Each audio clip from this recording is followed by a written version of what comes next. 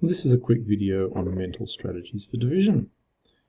So the first question we have here is a question that really should come just straight from your times tables, and honestly the single best strategy you have for division is knowing your times tables back to front.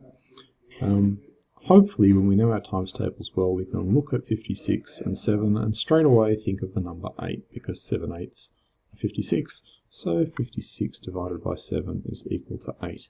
So the strategy here is simply knowing your times tables. The next strategy is a strategy that's related to the distributive law. That is that 8 can be divided by 4, 4 can be divided by 4, so do each individually. 8 divided by 4 is 2, so 80 divided by 4 is 20.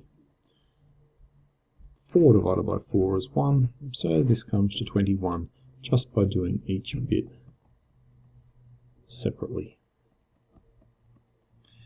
The last one comes from knowing that 8 is actually 2 times by 2 times by 2.